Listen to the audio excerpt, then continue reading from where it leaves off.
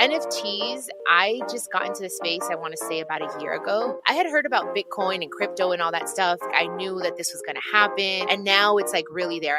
It's an opportunity to be part of a world that's changing. Why do you think there aren't more women in the space? I think because the tech industry has always been like a boys' club. So access to capital hasn't been great for women.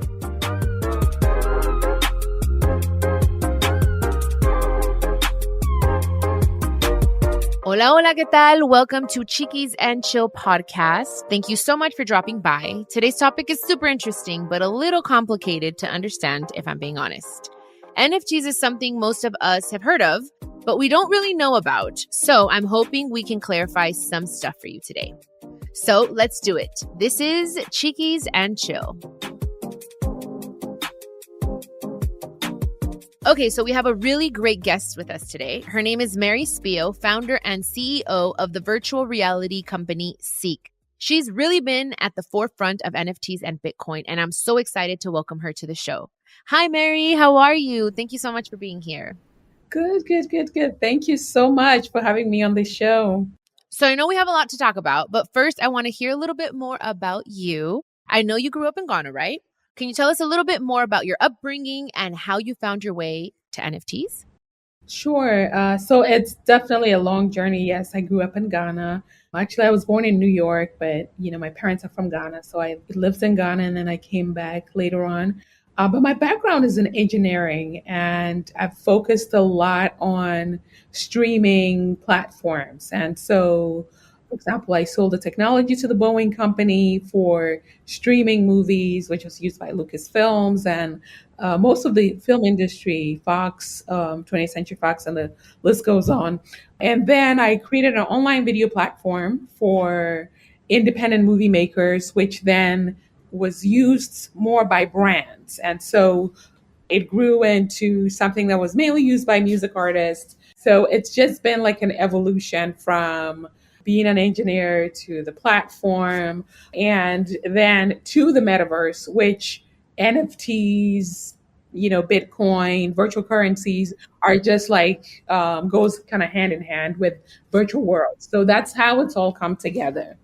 Wow. Can I just tell you, being that you're a woman of color, I love everything that you just said. Like, that's amazing. I applaud you. I honestly, that's beautiful to see because I'm also a woman of color. I'm a Mexicana and I'm like all about women empowerment, and the fact that you're an engineer and you've done all this and you're in the space and I can ask you all these questions means so much to me. Oh, thank you. That means a lot to me. Thank you so much. I'm excited because NFTs, I just got into the space, I want to say about a year ago. Mm-hmm. I had heard about Bitcoin and crypto and all that stuff. And I've always been one like years ago. Like I knew that this was going to happen and I just wasn't too sure. And now it's like really there. I have my own NFT. My NFT is a part of Battle Wave 2323. So it's a game in the virtual world. And I also just purchased some NFTs, a mutant ape, and I have a Vox. But I don't know too much about it. I just know that I believe in it and that I know that that's our future. But what is an NFT? Yes. So an NFT is really just a digital signature. It's kind of like whatever you can imagine when you buy it. They have a digital signature, which is verified by a whole bunch of anonymous people, right? The way I look at it is that you have this receipt for whatever you've purchased that is recorded on this ledger that cannot be tampered with. So whatever it is that you buy, it's that virtual receipt for it. And then because you have the proof, now you could sell it, you could do whatever you want to do with it because you're the only person in the world that has that receipt. Okay, for instance, this is the way I explain it when people ask me, and let me know if I'm saying it right. I usually tell them NFTs are virtual artwork with its own fingerprint. Am I right by saying that or no? Yeah. Okay, yeah, you are. A lot of people, associate NFTs with artwork, but now there's so many things like there are digital fashions that are NFTs, events that are NFTs. So it's a non-fungible token. And basically that token, that's why I call it a receipt, because it's like whatever digital thing that you're buying, that NFT represents your proof that you own that and you are the only person that has this receipt. Okay. There is no duplicate of that very thing out there. So it could be artwork, it could be an avatar, it could be music, it could be anything. Okay. And who decides how valuable it is? It depends, but the community decides, right? So, for example, people are like, why is a bored ape worth millions? Because Mm-hmm. the community decides how rare it is and how valuable it is. So, it's mainly the community. My son was saying the other day, it was like, oh, kids don't like NFTs. I said, why? He says, because I don't like their like pixelated little pictures. Mm, But the value of it is determined by the holders. yeah. And I've seen some great artwork that are NFTs, and then they're selling for like, $100 and stuff like that. So the value is determined by the holders, kind of like artwork, right? Why is the Mona Lisa worth millions? Right. And then you have another artist that might have some great work. So it's the same thing. It's kind of like art. The value is determined by the holders. Okay. And how rare the piece is, Yes. right? And it's basically a one of one, correct? Yep. It's a one of one. Exactly. Which I like. And coming from a person I'm all about like having physical albums, physical books. And for me, it was a little difficult because I was like, it's not tangible. I can't touch it. But then I'm like, this is the future. We can deny it and we can be, because there's a lot of skeptics, of course. And this is why I wanted to talk about it, because I want to inform people and I want them to be like, well, I heard it first with Chiquis. And you know what I mean? Like, because this is something I truly believe in, because my boyfriend's really into it and he's in Town Star. And then there's even planets, you guys, like planets, and you can buy land in the virtual Yes. world and you can even rent it Yes. out. And there's even artists, you guys, that are having concerts, like artists like myself, but then they put you in Yes. the virtual world Yep. and you have a concert inside of this virtual world. I don't know how else to explain it, right, Mary? Exactly. That's exactly it. I love that you have your NFT coming. I would like to learn more about it, and I'm going to make sure I grab one. I hope it's going to be more than just one of one. That's Yes. amazing. Love it.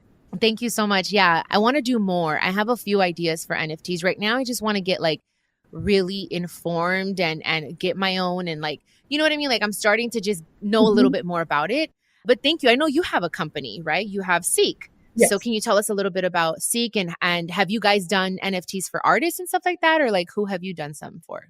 So, Seek, we are a streaming platform for virtual events and experiences, but we empower artists with the tools that they need to create NFTs, virtual events. You mentioned about, having land and planets and all of that. And some of the artists that we worked with, Lady Gaga, Demi Lovato, we just had a release with Daddy Yankee and Lito, MC Cassidy. Nice. And then we have another award show that's coming where we're creating NFTs for Fonzie, Luis Fonzie, and Paula Abdul. So we have a lot of unique stuff. So in addition to the virtual concerts and avatars and all that fun stuff that we do in the virtual world, we also work with artists to create their own NFTs and virtual concerts.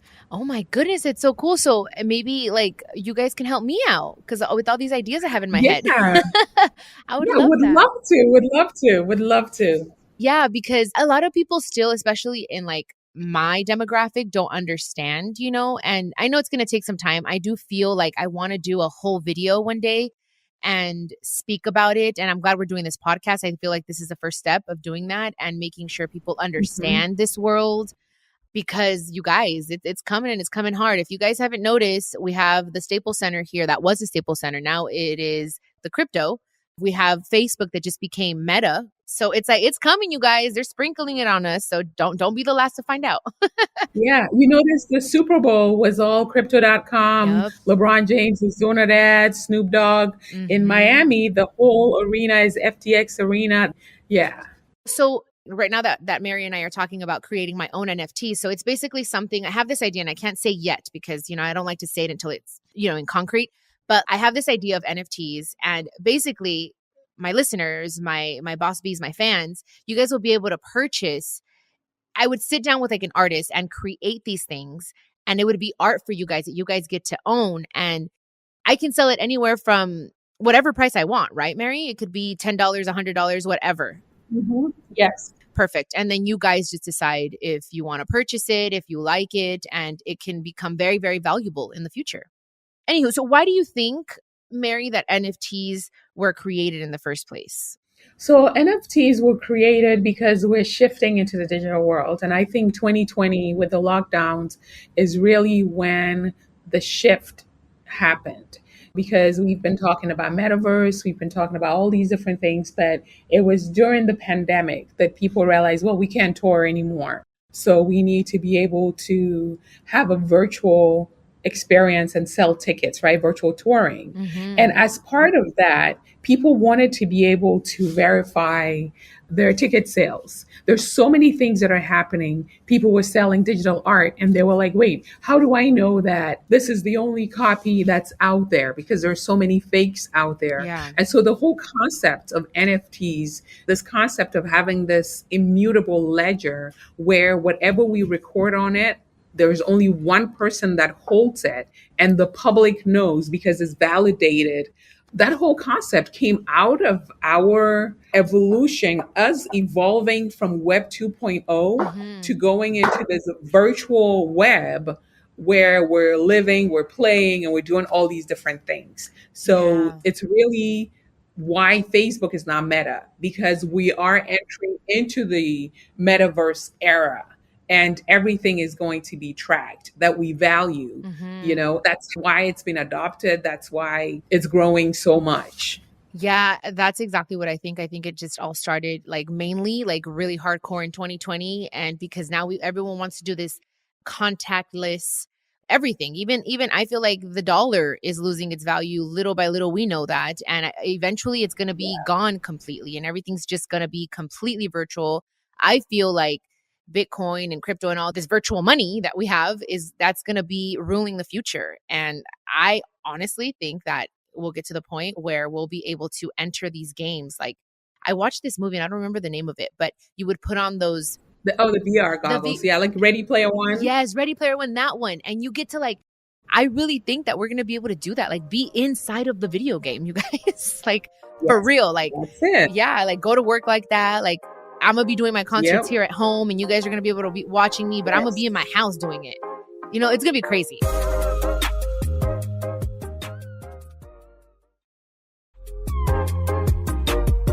I talk about this and people think I'm crazy. There's a lot of skeptics. What do you say to them? What I tell them is that it's an opportunity to be part of a world that's changing. And it's something that it's not a gimmick. I think early on, because most of VR and the metaverse was really about gaming, people didn't realize that there's so many other things that you could do. Right. Ultimately, I think the quality of it is going to be similar to like when you go to an amusement park where they have these VR experiences where you have this massive world and all of that, and you're inside it and it feels so real. That's where things are going. Yep. And so it's going to be natural. And a lot of the stuff that we're used to, whether it's a keyboard and computer, all of that is disappearing into the glasses, a pair of glasses that you put on, and then the whole world is in front of you. Yeah. And then when it comes to NFTs, when I found out about Ethereum, it was $32. I know some of my friends were talking about it and some of the things that they were doing with it. I didn't really pay attention to it till later on when it was like $320, $350. And today, Ethereum, just one Ethereum is worth $3,000. Yes. It's definitely happening. Yeah, for sure. So it's happening. It's not a fad. It's not a phase. It's the evolution, is the natural evolution. So we went from text and pictures with like Web 1.0 with sites like, Amazon, and then Web 2.0 with video where we were watching from outside. Yeah. And people want to evolve with the media. They don't just want text and pictures. They didn't just want video. Now they want to be inside the content. Yeah. And that's why this is all happening. I mean, I feel like little by little, it's been happening. Even like if we talk about music, we used to have cassettes and then they went into CDs and now all we have is it's just digital. Everything's digital, all of our music. Exactly. So it's just like even on a smaller scale, but I went to Chuck E. Cheese the other day and before it was like you had the little tokens and you would put them in the machines. Now they give you a little watch for the kids that they wear and they just touch the thing. It's like contactless, and things like that where I'm like, this is happening. And the reason I want to talk about NFTs is because I truly believe in them. And again, I still have a lot of information and a lot of things that I want to learn and I want to get into this space a little more. But I don't want you guys to jump on the bandwagon too late. It's better to start sooner rather than later, just FYI. And even if you start with one or two, like just start collecting them before you know it, it's going to grow. It's inevitable. It's going to happen. But do you think that they're good investments, Mary? Like, I mean, obviously you're going to say yes, but I ask these questions for my listeners. I'm not a broker or I cannot give investment advice, but in terms of being part of something that's growing, like for myself, imagine when I found out about Ethereum, right? And it was around $32. Yeah. Imagine if I had decided to buy some Ethereum, where it would be today when it's $3,000.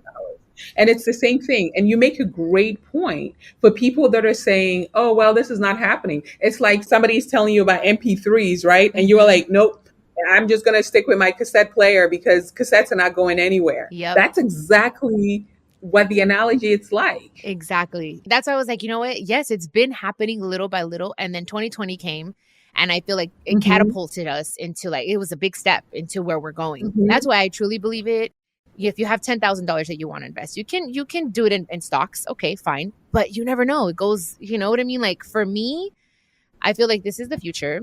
I feel like if you have it in the bank and it's just sitting there, you're not making a lot of money. It takes years and years for you to see anything, So I would suggest to do it in the virtual world. That's just my personal suggestion.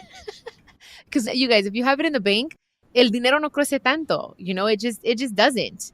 No, it's a great opportunity. This is a life-changing moment. And this time in history is not going to come back in our generation. And so I'm so glad that, even though I felt like, wow, I found out about Ethereum when it was $32. And then I kind of came into the awareness of it when it was around 320. And then with where it is now.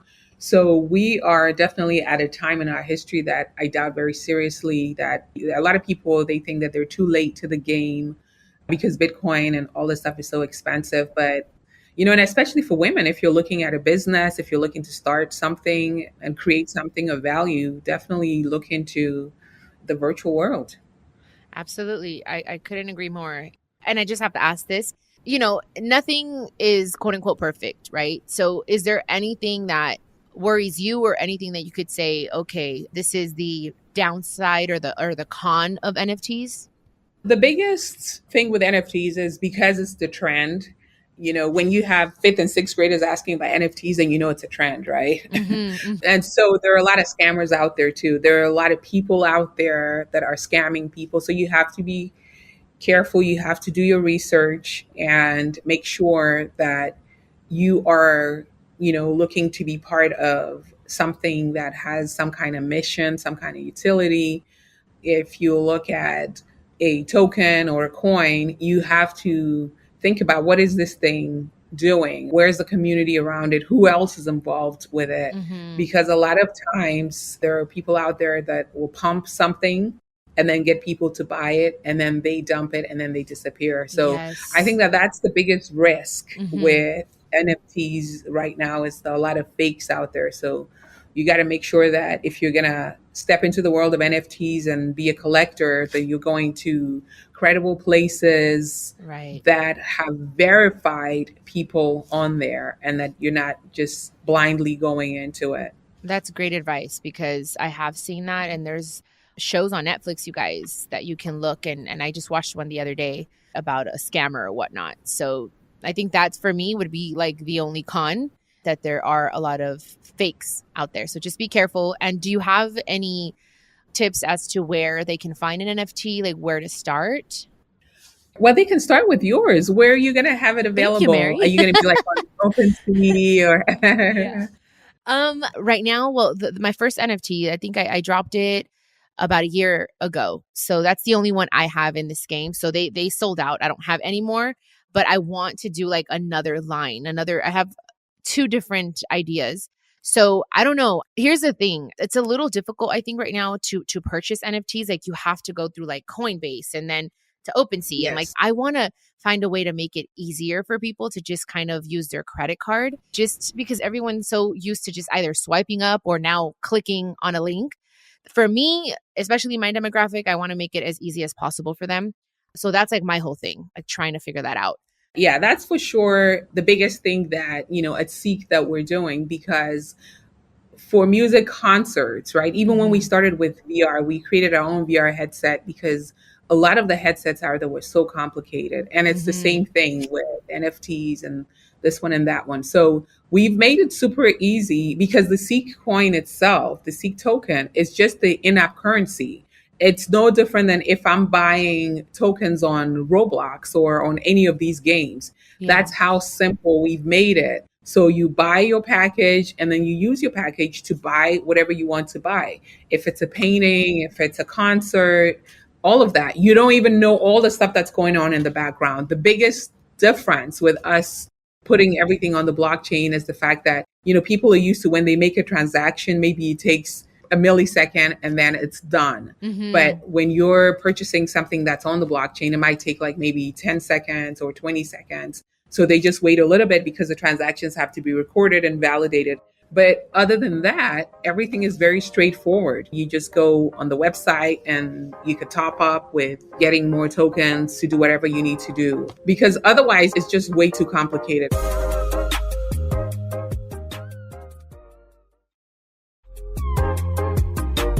I was actually going to ask you, what was your process like buying your first NFT? Yeah. So thank goodness for my boyfriend. He has like a really good friend, one of his best friends that is in this world. He is a millionaire in the virtual world. He has land. He started really, really like early on. So he's the one that like tips us off and helps us and says, buy these or whatnot. But thank goodness for him that he's the one that helped me open my OpenSea account, and I learned how to use Coinbase and stuff like that, because you have to go through Coinbase, transfer money from your bank account to Coinbase. It's all very, very protected, and you shouldn't write down. That's one thing. Once you open your Coinbase and stuff like that, don't even type your passwords in your notes in your phone. Like, it has to be written on a piece of paper, buried somewhere. Like, you know what I mean? Like, you have to like protect these things. But but anyways, Yes. so thank goodness for him. I was, even now it's still a little difficult. That's the main thing for me, is that it's difficult. Like, you have to go from one website to another, and you have to use you can't use Safari. You have to use this other like browser. So, you know what I mean? It is a little complicated in that aspect, but that's why you just have to know. Maybe I'll do a video one day. I don't know. We'll figure it out, but I'm going to teach you guys. I'm going to help you guys. But it was for my boyfriend. If it wasn't for him, I don't think I would have one, to be honest, because he's the one that walked me through it.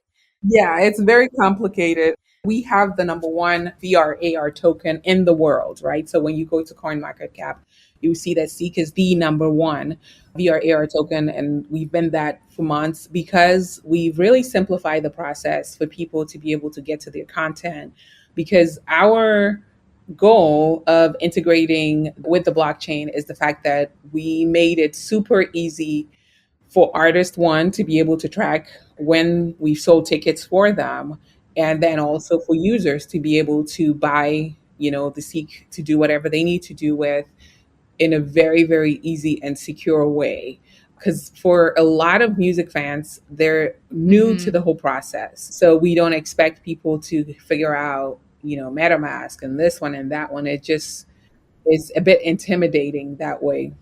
Exactly. It is. That's the word. It's intimidating. So I'm glad that it's secret. It's a lot easier. So you guys, if you guys are looking and you have a lot of questions and stuff like that, and you want to buy your first NFT, then you guys have CEEK. I think that's awesome. That's, for me, I think that's one of the main things why I haven't pushed as much, because it is difficult to get your NFT. But anywho, are there any NFTs that are like right now, like hot ones that you think are good to buy, or the most popular ones?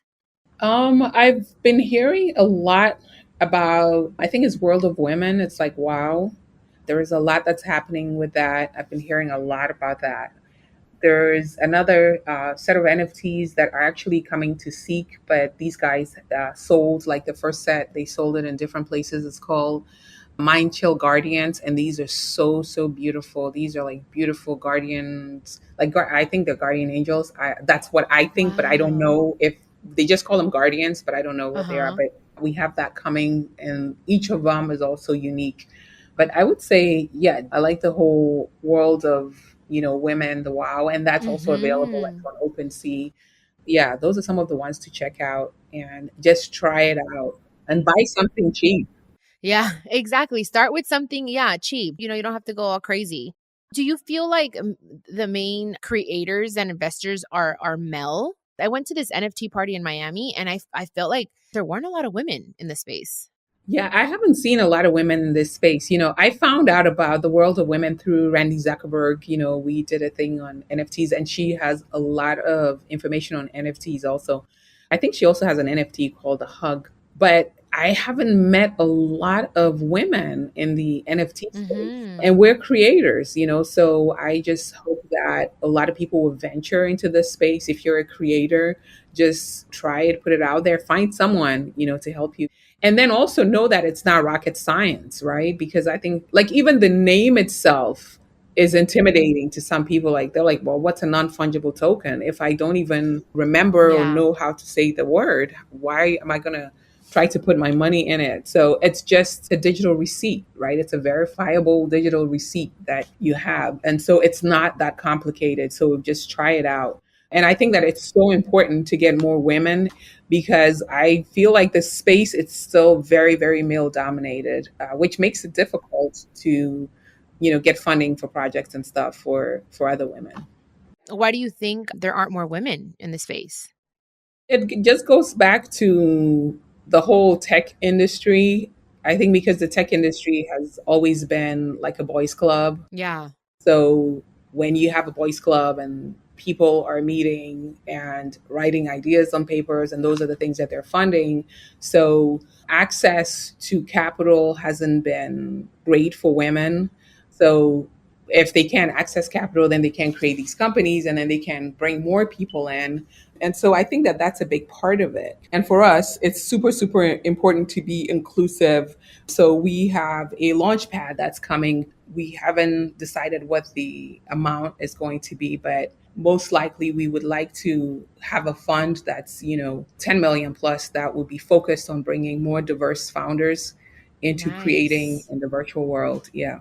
That's great. Yeah. And I think maybe as women, we can be sometimes frugal and, we ask more questions and we're a little bit more, I don't know if the correct word is skeptical, but men are just like more risk takers. You know what I mean? Maybe, but women are creative. You guys, we are creative. We create life. Okay. Literally.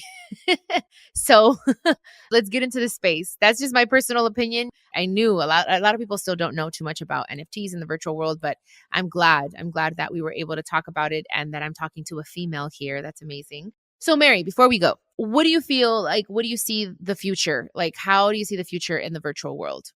I think that everything that we're doing today is going to have like a digital parallel. We're going to have our digital twins, avatars, and people are already buying Gucci shoes and what have you for their avatars. So virtual is the future. And there's a whole lot more that we're going to be doing in the virtual world. So the future is now, and this is just a small glimpse of what it's going to be like.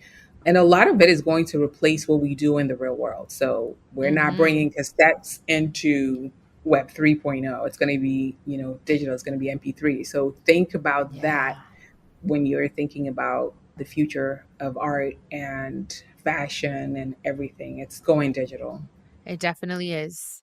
I agree. And Mary, please share your socials, your website, anything that you'd like the listeners to know a little bit about you and CEEK. Sure. Thank you. So I'm on Instagram. So Instagram, CEEK VR, CEEK VR, and then Twitter is also just CEEK, CEEK. So check us out, follow, for updates, and you're going to hopefully find out when we put your NFT out. Yay! And then we put out some of the great NFTs that we have coming. So just stay up to date with us on Twitter or IG. Love that. Thank you so much, Mary. And you guys, now you know how to keep up with our beautiful guest here, Mary Spio. Thank you so much. And before you guys go, as you know, I have a quote that I share with you guys every Monday. I have a motivational quote. So here it is. Life moves pretty fast. If you don't stop and look around once in a while, you could miss it. You guys, don't miss it. Don't miss it. As always, thank you so much for being a part of this conversation. Chiquis and Chill, I will see you guys next Monday. Los quiero. This is a production of iHeartRadio and My Cultura Podcast Network. Follow us on Instagram at My Cultura Podcasts and follow me, Chiquis, that's CHIQUIS. For more podcasts from iHeart, visit the iHeartRadio app, Apple Podcasts, or wherever you listen to your favorite shows.